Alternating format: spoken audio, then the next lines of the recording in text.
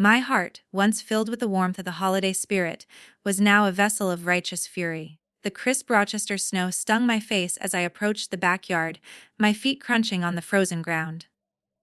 In the cold, my grandfather, Vernon, stood alone, his frail body a thin silhouette against the darkness, shivering violently. His eyes, once full of the wisdom and warmth of a life well lived, were wide with fear, darting nervously as if he were lost in a foreign land. My heart sank, plummeting to the icy pit of my stomach. This was not just a moment of neglect, it was a deliberate and cruel abandonment. I rushed to his side, my scarf the only warmth I could offer, wrapping it around his thin shoulders. "Grandpa, it's me, Clara," I whispered, my voice thick with emotion. He gripped my hand, his fingers like ice, and mumbled something I couldn't understand. Inside, the mocking sound of clinking glasses and laughter from the living room served as a jarring soundtrack to the scene of cruelty unfolding before me. I guided him toward the back door, and through the window I saw them. My father, Marcus, my mother, Evelyn, and my sister, Victoria, stood by the roaring fireplace, their faces glowing with smug satisfaction, champagne flutes in hand. "He's just a burden now," I heard my father say, his voice sharp and dismissive. "Can't even hold a spoon without shaking." My mother added, her tone dripping with disdain, "We're not his nurses, Clara. He's your problem now." The words were like daggers, and my blood boiled. They were talking about the man who had raised me on fishing trips and bedtime stories, as if he were nothing more than a broken piece of furniture. I pushed open the door, helping my grandfather inside. The warmth of the house hit us, but their stares were colder than the snow. "What's he doing in here?" my sister snapped, setting down her glass. I ignored her, gently helping my grandfather to the couch, his hands still trembling. "You left him out there," I said, my voice low and shaking with rage. "In the cold alone, like he doesn't matter." My father shrugged. "He's fine. His Parkinson's just makes him dramatic." I clenched my fists, fighting the urge to scream, to make them see the fear and humiliation in my grandfather's eyes. I leaned closer to him, checking his pulse, and found it weak and unsteady. "We're leaving?" I said firmly, helping him stand. My father raised an eyebrow. "You're overreacting. He's not your responsibility." But I was done listening. I took his hand, helping him through the front door and out into the biting cold. The snow continued to fall, but a fire had been lit inside me, a quiet, unyielding rage that would not be extinguished. I drove him to a small hotel a few miles away, the only place with a vacancy on Christmas Eve. The clerk gave us a quiet room, and as I settled my grandfather into a chair and tucked a blanket around him, I whispered, "You're safe now." He looked at me, his eyes softer now but still haunted. "Thank you, Clara," he whispered, his voice barely audible. The lump in my throat was too large to swallow. I pulled out my phone and dialed the one person I knew would understand, my dear friend, Dr. Stephen Brooks, a nurse who had always been a rock for me. "Stephen, it's urgent," I said, my voice cracking. "Grandpa's in bad shape. Can you come to the hotel?" He didn't hesitate. "I'm on my way." As we waited, I sat by my grandfather's side, watching his breathing grow more even, his hands tremble less. I thought about the years he had spent with my family, how his condition had worsened, and how their cruelty had grown right along with it. His Parkinson's wasn't his fault, but they had treated it like a crime. Stephen arrived within the hour, his medical bag in hand, and his face grim as he checked my grandfather's vitals. "He's dehydrated, Clara, and his stress levels are through the roof," he said quietly. "What happened out there?" When I recounted what I had seen, Stephen's jaw tightened. "That's not just neglect," he said, his voice firm. "It's abuse." My resolve hardened. "They're going to answer for this," I said, my voice now steady. Stephen agreed to document my grandfather's condition, his medical notes the first step toward justice. As he worked, I looked at my grandfather, now sleeping peacefully, and knew I would do whatever it took to protect him. Friends, there are moments that change you forever, moments when the people you thought you knew are revealed to be strangers. A moment when you are faced with a choice to stay silent or to fight for what is right. I chose to fight, not just for my grandfather, but for the truth. If this story has resonated with you, I would be so grateful if you would show your support. Please like this video and subscribe to my channel for more stories of personal resilience and strength. And don't forget to hit that notification bell so you never miss a new video. If you've ever experienced a moment that made you see your family in a completely different light, I invite you to share your story in the comments below.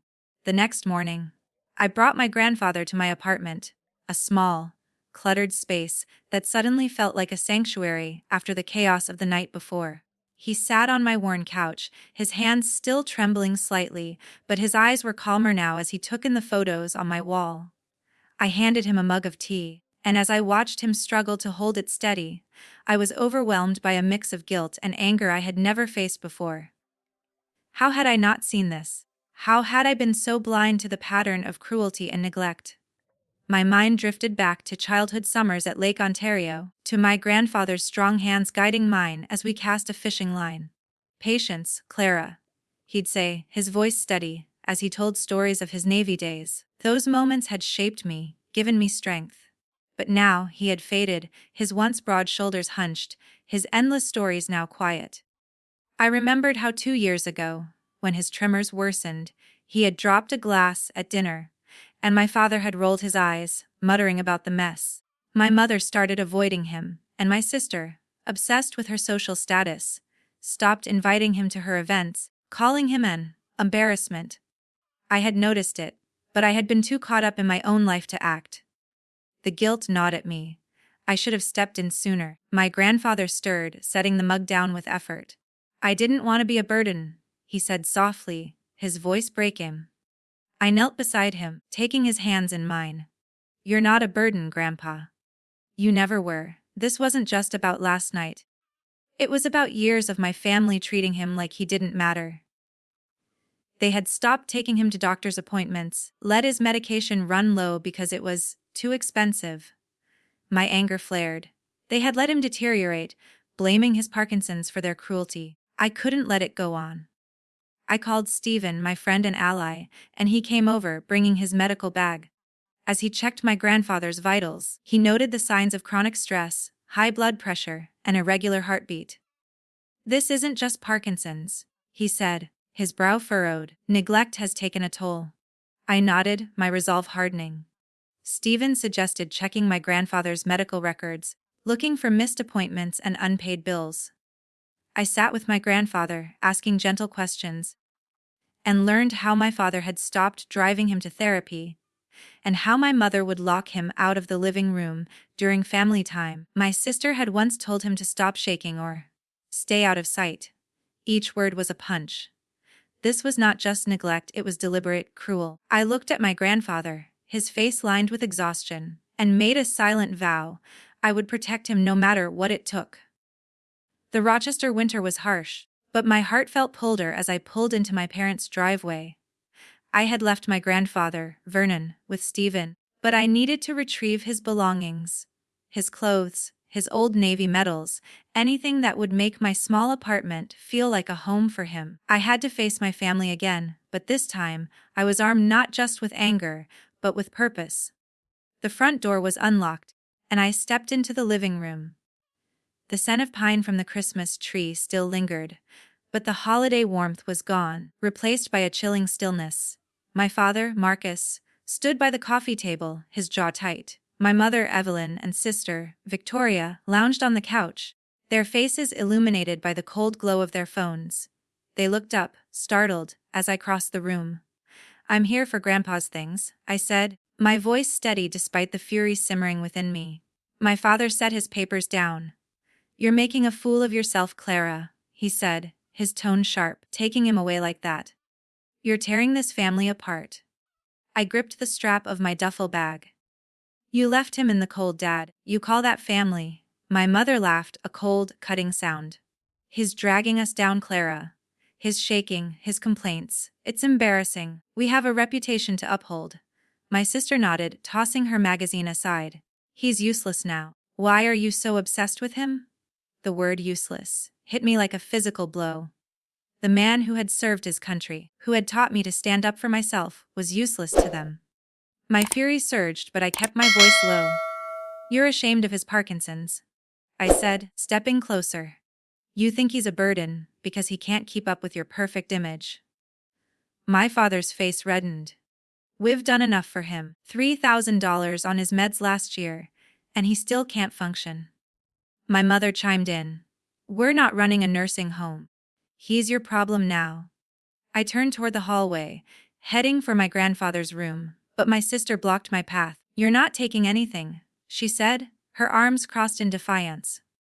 "You don't get to play hero and make us look bad." I stared her down, my pulse racing. "Move," I said, my voice like steel. She hesitated, then stepped aside, as I began packing my grandfather's belongings, his clothes, his old Navy medals tossed in a drawer like junk. A knock at the front door interrupted the tense silence. My mother answered, and I heard a familiar voice. "Helen Walsh, our neighbor." "I saw Clara come in," Helen said, her eyes narrowing at my family. "And I know what you've done to Vernon." My father scoffed. "This is private, Helen. Stay out of it." But Helen didn't back down. "I saw him that night, shivering in the backyard. You should be ashamed." My mother rolled her eyes, but my father looked unnerved. I stepped forward, the duffel bag in hand, my voice rising. "No, she's not exaggerating. I saw it too. And I won't let you get away with this." Helen's gaze met mine, steady and supportive. "I'll back you up, Clara," she said quietly. "I'll tell anyone who asks what I saw." My family's smugness faltered. Seizing the moment, I made my final declaration. "I'm taking this to court. You'll answer for how you've treated Grandpa." My father laughed, but it was hollow. "You think you can win against us? Good luck." I slung the duffel bag over my shoulder, and with Helen by my side, I walked out. "You're doing the right thing," she whispered, her voice firm. I nodded, my chest tight with a mix of fear and determination. My family thought they could bully me into silence, but they were wrong. I would fight for my grandfather, and with my growing team of allies, Stephen, Helen, and soon a lawyer, I had a chance to make them pay. In early January, with my grandfather settled into my apartment, I contacted Rachel, a friend from college who had become a lawyer specializing in elder rights. Over lights, I laid out everything the night of the incident, my grandfather's condition, the cruel words. Rachel's eyes narrowed as she read the text messages Helen had discreetly shared with me, screenshots of my mother and sister mocking my grandfather's tremors and calling him a shaky liability. "This is strong evidence of neglect," Rachel said, jotting notes. "We can file a civil case for elder mistreatment. It won't be easy, but we have a shot." My family, of course, did not take it quietly. The phone calls, the messages, they came fast and furious. My father's threats, my mother's pleas, my sister's venom, but each attempt to sway me only strengthened my resolve. They thought they could intimidate me, but I was done backing down. By mid-January, our case was taking shape. Rachel filed the initial paperwork. Stephen submitted a folder of documents detailing missed appointments and unpaid medical bills. Helen's screenshots and testimony were ready. My family's pressure only solidified my resolve. They had tried to break my grandfather, but they would not break me. I was ready to face them in court, to make them answer for every cruel word and every neglected need. The Rochester courthouse felt cold and unwelcoming, the February air clinging to my coat as I guided my grandfather Vernon inside. His steps were slow but steady. In the courtroom, all I could focus on was the wooden bench, where my family sat: my father, Marcus, my mother, Evelyn, and my sister Victoria, their faces set in defiance. My lawyer, Rachel, squeezed my arm. "We've got this," she whispered, but my stomach churned with nerves. Rachel stood first, her voice clear as she presented our case. She showed the judge a report from Dr. Carol Morgan, a family counselor, detailing my grandfather's emotional distress from years of neglect. "Vernon was left outside in freezing conditions," she said, her words sharp. "Medical records show missed appointments and unpaid bills." She held up a USB drive, displaying the text messages from my sister, where my mother and sister mocked my grandfather's tremors. The courtroom grew quiet, the weight of their words hanging heavy in the air. I glanced at my grandfather, and I saw a flicker of hope in his eyes. Then my family's lawyer rose, a slick man in an expensive suit, "These are exaggerations," he said smoothly. "My clients provided adequate care." My father took the stand, his posture confident, his voice steady. He denied everything, painting me as an overreacting daughter. When Rachel tried to submit the text messages as evidence, their lawyer argued they were out of context and fabricated. To my shock, the judge ruled them inadmissible. I leaned toward Rachel, whispering, "How is this possible?" She shook her head, muttering, "Influence." Then came the worst blow. Karen Walsh, my grandfather's former caregiver, was called to testify. She had worked for my parents before quitting, and Helen had warned me she'd been paid off. "Vernon was well cared for," she said, her voice flat. "He was often confused, made things up." My breath caught. It was a lie. My grandfather's mind was sharp. Rachel cross-examined, but Karen stayed vague, claiming she left for personal reasons. Helen Walsh testified next, her voice steady as she recounted seeing my grandfather shivering outside. But my family's lawyer twisted her words, painting her as a nosy neighbor with a grudge. I took the stand, my voice shaking at first, but it grew stronger as I looked straight at my family. "My grandfather was left alone, mocked and ignored," I said. "They called him a burden, left him in the cold." I was trying to tell the judge I had proof, but he cut me off, saying my testimony was emotional, not factual. My heart sank. The courtroom felt like it was closing in on me, the truth slipping away. The judge delivered the verdict in a flat tone. "No evidence of intentional mistreatment is sufficient." My family exhaled, their relief palpable. They had walked free, their cruelty unpunished. As we left the courtroom, my grandfather squeezed my hand. "You tried, Clara," he said, his voice quiet but proud. I nodded, fighting tears, knowing the real fight was just beginning. Weeks after the trial, Rochester was buzzing with outrage. A local newspaper ran a story about my family's neglect, and social media amplified the anger. My father's business took the hardest hit. A major client canceled a contract, citing ethical concerns. My mother lost her job, and my sister was shunned by her social circle. They had walked free in the eyes of the law, but they were now facing a different kind of justice. I didn't revel in their downfall. The pain of cutting ties lingered, but I knew it was necessary. My focus was on my grandfather, who was slowly finding his place in my apartment. Stephen connected us with a local senior support group, and I took my grandfather there one chilly morning. The group welcomed him warmly. My grandfather's eyes lit up as he swapped tales of his Navy days with a veteran named Carl. For the first time in months, I saw him smile without hesitation. Helen Walsh joined us at the next meeting, her presence a quiet strength. "Vernon's got a spark again," she said. This was the real victory, not a judge's gavel, but the warmth of people who cared. My grandfather's laughter, his rediscovered stories, the small community we had built. This was the justice I had fought for. I had learned that justice wasn't just about courtrooms. It was about people standing up, speaking out, and refusing to let cruelty slide. One night, as my grandfather and I sat on my couch, he turned to me. "You didn't have to do all this," he said, his voice soft but clear. I squeezed his hand, feeling the weight of his words. "Your family, Grandpa," I replied. "That's enough." In that moment I understood what mattered most. It wasn't about punishing my family. It was about giving my grandfather a life where he felt valued, seen, and loved.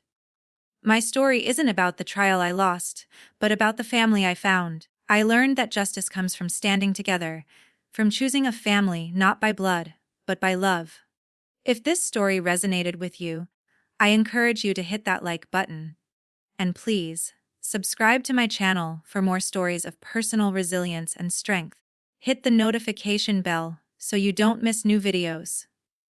Have you ever had to draw a line in the sand with your own family? Have you ever had to choose yourself? I invite you to share your own family stories in the comments below. Let's start a conversation about what it truly means to build a life on your own terms.